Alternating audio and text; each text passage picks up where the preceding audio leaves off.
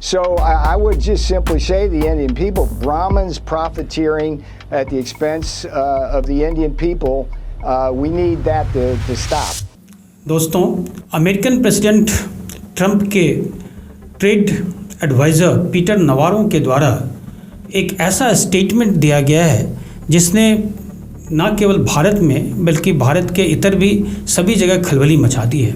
आज तक ब्राह्मणों के खिलाफ विश्ववमन देश में किया जाता था, राजनीतिक कारणों से किया जाता है, कई बार सामाजिक कारणों से किया जाता है, लेकिन ये पहली बार है कि किसी अंतर्राष्ट्रीय इशू के ऊपर, जो अंतर्राष्ट्रीय मुद्दों जिसका दूर दूर तक ब्राह्मणों से कोई संबंध ना हो, उसके पीछे ब्राह्मणों का हाथ होने की शिकायत करना ये अपने आप में एक अनूठा मामला है और अमेरिका किस हद तक गिरता जा रहा है ये भी दिखाता है।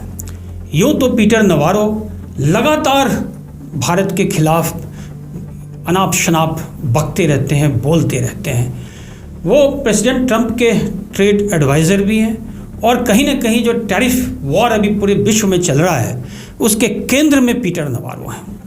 यहाँ तक तो ठीक था, उन्होंने पूरे विश्व में खलबली मचा रखी है, लेकिन जब से भारत और अमेरिका के बीच संबंध खराब होने लगे, जब से प्रेसिडेंट ट्रंप के नोबेल पीस प्राइज़ के बीच में कहीं ना कहीं भारत आ गया, पाकिस्तान ने तत्काल उनका समर्थन कर दिया, उनके लिए मांग भी कर दी और भारत ने मना कर दिया।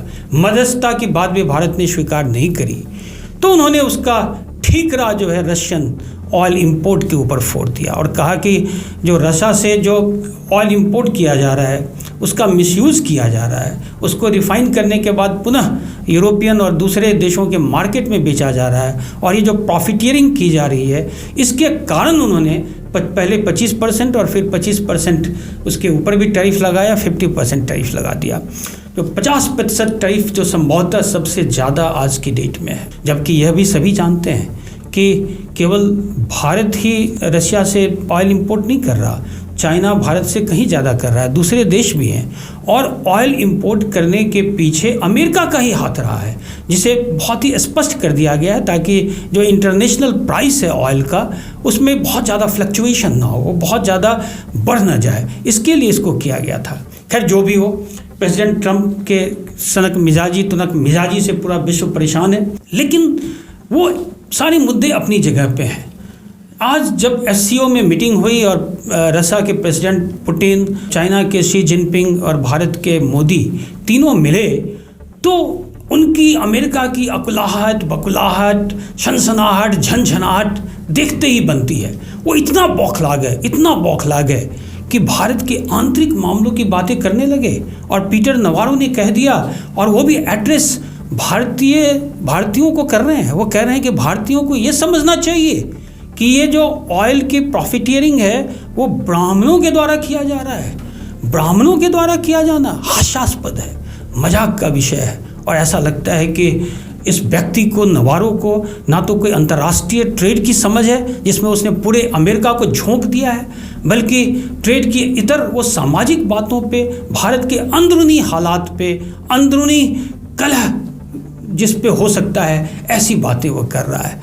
और बहुत ही स्पष्ट है कि एक अंतर्राष्ट्रीय स्तर पे ये साजिश की जा रही है। उन्होंने तो भारतीयों को कहा है कि भारतीयों को समझना चाहिए, लेकिन सभी भारतीय समझ रहे हैं कि ये जो पूरा वाक़यात है, जो ये ब्राह्मणों के खिलाफ जो विषवमन किया जा रहा है, जो जहर घोला जा रहा है, जो सांप्रदायिक उन्माद पैदा करने का प्रयास किया जा रहा है, जो देश में लगातार हो रहा है, उसके पीछे बैकग्राउंड में क्या है। लोग केवल डीप स्टेट की बातें करते थे, अब वो स्पष्ट हो रहा है। जो कई एनजीओज़ की गतिविधियां पूर्व में भी काफ़ी संदिग्ध रही हैं, अब स्पष्ट दिख रहा है कि भारत में तनाव पैदा करना, जातीय स्तर पे, सामाजिक स्तर पे या धार्मिक स्तर पे तनाव पैदा करना, यह एक उनकी चाल रही है, एक उनका कुत्सित प्रयास हमेशा रहा है। और वो कहीं ना कहीं स्पष्ट इससे हो जाता है कि उन्होंने जब देखा कि कोई चारा नहीं हो रहा है, उन्होंने जब देखा कि हिंदुस्तान उनकी बात नहीं सुन रहा है और इससे बहुत फ़र्क भी नहीं पड़ रहा है, और एक नई जो पूरी विश्वव्यापी व्यवस्था है, जो वैश्विक व्यवस्था है, वो उभर के सामने आ रही है, जिसमें भारत और चीन के संबंध अच्छे हो रहे हैं, भारत और रशिया के संबंध अच्छे हो रहे हैं, भारत के अपने पड़ोसियों से संभवतः आगे आने वाले समय में संबंध अच्छे होने की संभावना है। तो इससे जो बौखलाहट हो रही है वो बड़ा स्पष्ट झलक रहा है। तो बौखलाहट आखिर वो किस तरह से उसे जाहिर करें? तो जो उनके अंदर जो उनके प्रयास हो रहे थे, जो चालें चल रहे थे, जो उनके कुत्सित प्रयास थे, वो कहीं ना कहीं खुल करके सामने आया है। इस महामूर्ख को पता होना चाहिए कि ब्राह्मण एक जाति नहीं है, ब्राह्मण एक चेतना है। ब्राह्मण का मतलब एक केवल जाति नहीं होती, और ब्राह्मण कभी भी व्यापार में नहीं है। अगर बार बार ब्राह्मणों की बात की जा रही है तो ब्राह्मणों के बारे में जिस मनुस्मृति की आलोचना सबसे ज़्यादा होती है तो मनुस्मृति ने ही कहा है कि ब्राह्मण का काम ही है दान देना, लेना, याचना करना, या पूजा करना, या पढ़ना, ये उनके 6 लक्षण बताए गए हैं। और वैश्य की ड्यूटी दी गई थी कि वो व्यापार करना और समृद्ध होना। तो ब्राह्मणों का तो इतिहास भी कभी नहीं रहा, ब्राह्मण तो सदैव गरीब ही रहा। उसने कभी भी धन संपदा अर्जित करने का प्रयास पूर्व में कभी नहीं किया। और यही कारण है कि चाहे जिस ऐतिहासिक आप संबंधों पे जाएं, कृष्ण सुदामा के संबंध हों या जितने भी संबंध हों, उन सब में कहीं ना कहीं ब्राह्मण कभी भी अमीर की श्रेणी में नहीं देखा गया। जब जब भारत के ऊपर खतरा हुआ, जब जब किसी सत्ता ने निरंकुशता का रूप धारण किया, तब सामने हमेशा जरूर ब्राह्मण आया। और इसकी शुरुआत ही हुई जब वेन नाम का राजा, जो धर्म विरोधी था, आतताई था, प्रजा उससे परेशान हो गई थी, तब सभी ऋषियों और मुनियों ने अपने मंत्र शक्ति से और तप बल से उसका नाश किया था, उसको मृत्यु कारित किया। और उसके जो मंथन के बाद जो उसका बेटा राजा पृथु पैदा हुआ, जो काफ़ी योग्य था, और उसको गद्दी पे बिठाया गया, उसी के नाम पे पृथ्वी नाम पड़ा। तो ये परंपरा रही है, राष्ट्रीय सोच की अखंडता की परंपरा रही। और केवल ये वहीं तक सीमित नहीं है। जब नंद वंश ने अराजकता की स्थिति लांघ ली, तब फिर विष्णुगुप्त चाणक्य, वो ब्राह्मण ही था जिसने एक प्रतिज्ञा करी कि उसका सर्वनाश करेगा, और उसने राजा चंद्रगुप्त को बिठाया गद्दी पे। ब्राह्मण खुद नहीं बैठा, देश की चिंता पहले थी, उसके अपनी चिंता उसने नहीं करी। और जब ये चंद्रगुप्त महाराज बन गए तो वो जाकर के कुटिया में रहने लगा। उसके बाद से लेकर के जो पूरा इतिहास रहा है देश का, जो भारत का, सनातन धर्म का, जब जब खतरा हुआ तब तब ब्राह्मणों ने धर्म के सत्ता स्थापित करी। आतताइयों के, अनीति के, कुरीति के, दंभ के, अहंकार की सत्ता उसको समाप्त करके और जो नीतियों का और धर्म का की स्थापना करी। और शायद यही बात सबके मन में खटकती रहती है, सबके मन में खटकती रहती है कि ब्राह्मणों के कारण एक केवल भारत था जिसमें सनातन को समाप्त नहीं किया जा सका। 1000 साल तक इस्लाम रूल रहने के बावजूद, 200 साल तक अंग्रेज़ों के सत्ता के बावजूद देश में परिवर्तन नहीं हुआ। सनातन जो का पूरे विश्व में आई केम, आई सॉ, आई कंकर्ड, ये हालत थी। जहाँ गए वहाँ स्थापना हो गई। केवल यह देश था जहाँ पे सनातन बना रहा। जब मुगलों के समय भी, औरंगजेब के समय जब लगा कि सत्ता निरंकुश हो रही है, जब तक अकबर थे, जब तक शाहजहाँ थे, ऐसी स्थिति नहीं बनी। लेकिन जब औरंगजेब ने ऐसा किया तो पेशवा खड़े हो गए, उन्होंने उस मुगल वंश को वहीं रोक दिया, वहीं पे देश में परिवर्तन हुआ।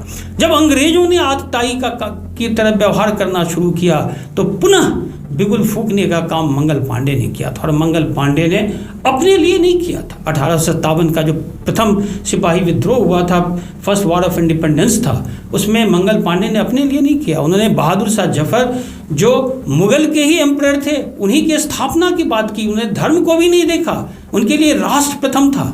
और राष्ट्रीय हित में जो भी कदम उठाने थे वो उन्होंने उठाया। तो मंगल पांडे से लेकर सुभाष चंद्र बोस तक, जब अंग्रेज़ों को वास्तव में देश छोड़ करके जाना पड़ा, आज़ाद हिंद फौज के जो लड़ाइयाँ हुई उसके बाद की, वहाँ तक कहते हैं कि 70% से ज़्यादा लोग जो अंग्रेज़ों के गोली के शिकार हुए वो ब्राह्मण थे। तो आप उन्हीं ब्राह्मणों के खिलाफ विश्वमन कर रहे हैं जिन्होंने इस सनातन को बचा के रखा, धार्मिक व्यवस्था को बना के रखा, इस भारत को आज जो ऊंचाइयां मिल रही है उस ऊंचाई तक बना के रखा, और इतने सारी परेशानियों के बावजूद आप उसको गाली देना चाहते हैं, आप उसके खिलाफ बोल रहे हैं। चूँकि आपकी मनसा बड़ी स्पष्ट है, आपकी चेष्टा बड़ी स्पष्ट है, क्योंकि आप जानते हैं कि यह वर्ग है, यदि उसके खिलाफ विश्वमन किया गया, उसके खिलाफ जहर घोला गया और उसके खिलाफ ऐसी बातें की गई तो सामाजिक उन्माद पैदा हो सकता है। तो आप आंतरिक मामले में आपने जानबूझ करके ऐसा करने का प्रयास किया। अंतर्राष्ट्रीय स्तर पे हुई घटना का जिसका दूर दूर तक इससे कोई संबंध नहीं रहा, यदि उसके बारे में इस प्रकार की बातें की जाती हैं तो स्पष्ट है कि कहीं ना कहीं आपको परेशानी है। परेशानी का कारण सबब और भी है। आज की डेट में मैंने तो केवल पुरातन की बातें करी, पिछले इतिहास की बात करी। आज की डेट में सभी चिंतित हैं, अमेरिका वासी भी चिंतित हैं जब वो देखते हैं कि गूगल का CEO कौन तो सुंदर पिचाई, माइक्रोसॉफ्ट का कौन तो सत्या नडेला। आज के देश में 1 बिलियन प्लस जो कंपनी है उसके 21 CEOs में से कम 50% होंगे जो ब्राह्मण कम्युनिटी के हैं। वहाँ जाकर के उन्होंने अपना जो ध्वज पताका है वो लहराया है। तो जो ये जो एक बौखलाहट है वो बहुत ही स्वाभाविक है। उन्हें पता है कि यदि किसी कम्युनिटी को, किसी समाज को, किसी देश को समाप्त करना हो तो उसके मस्तिष्क पे चोट करो, और वही करने का प्रयास यहाँ पे किया गया है। नवारो साहब के लिए भी मेरा एक सुझाव है, और सुझाव कहीं और से नहीं, हमारे रामचरितमानस से ही है। आप holier than thou, more loyal than the king होने का प्रयास कर रहे हैं। इसके लिए बहुत ही अच्छा श्लोक है। सचिव वैद्य गुरु तीन जो, प्रिय बोलई भयास, राज धर्म तन तीन कर, होई बेगही नाश। आप अगर जो राजा का सचिव होता है, अगर वो केवल अपने राजा के डर की वजह से या ठाकुर सुहाती की वजह से ऐसी बातें बोलता है तो उस राज्य का भी नाश होना स्वाभाविक है। तो कहीं ना कहीं आपके नाश की एक शुरुआत यहाँ से है। और आपने तो ब्राह्मणों के बारे में बोला है, जहाँ तक ब्राह्मणों का सवाल है तो वो तो कभी अपने लिए तो उन्होंने कभी मांगा ही नहीं।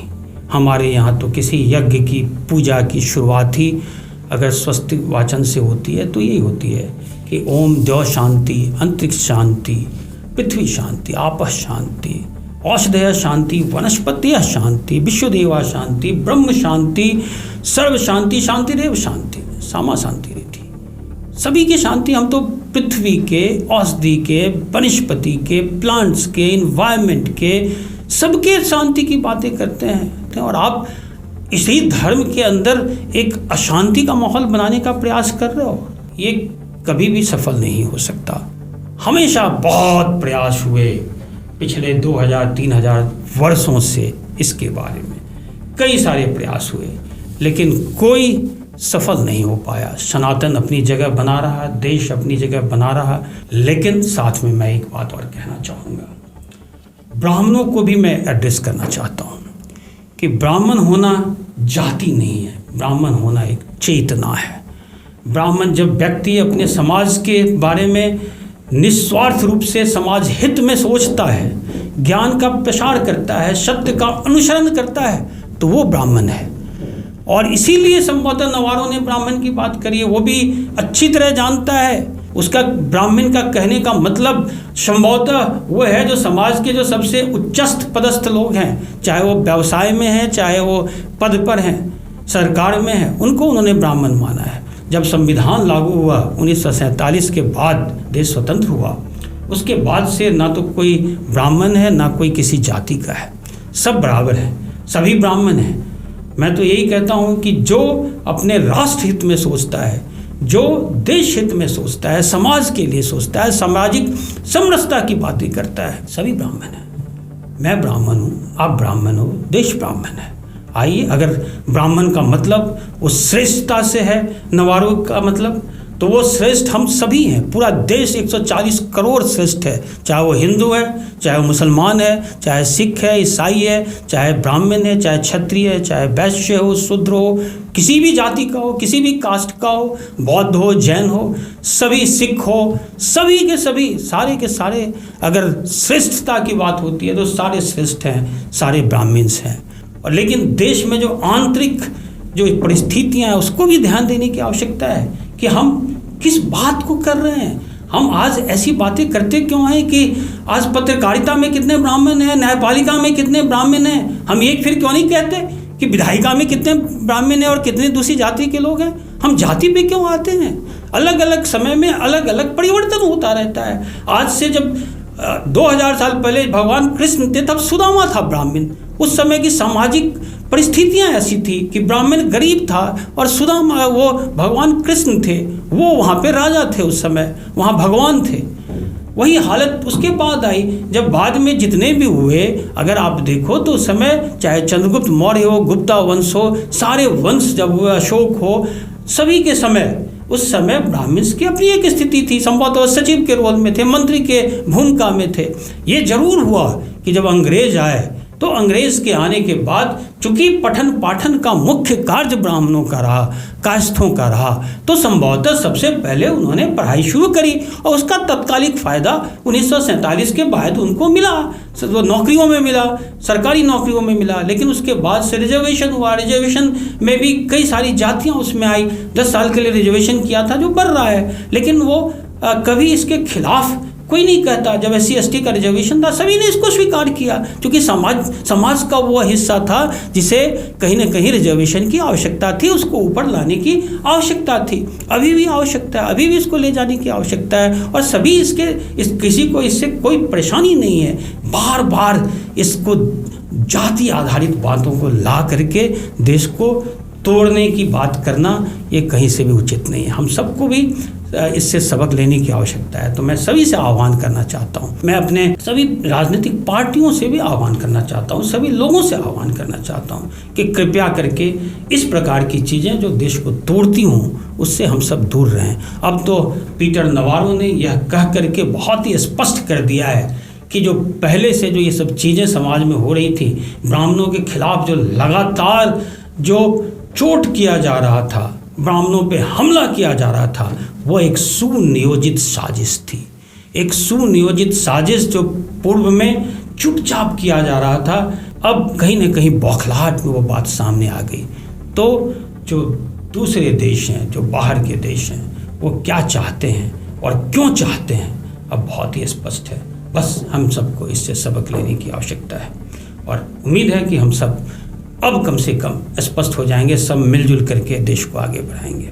अंत में मैं यही कहूँगा कि यूनान, मिस्र, रोमा सब मिट गए जहाँ से, बाकी मगर है अब तक नामो निशान हमारा। कुछ है कि हस्ती मिटती नहीं हमारी, सदियों रहा है दुश्मन दौरे ज़मा हमारा। आप सबका बहुत बहुत धन्यवाद। नमस्कार।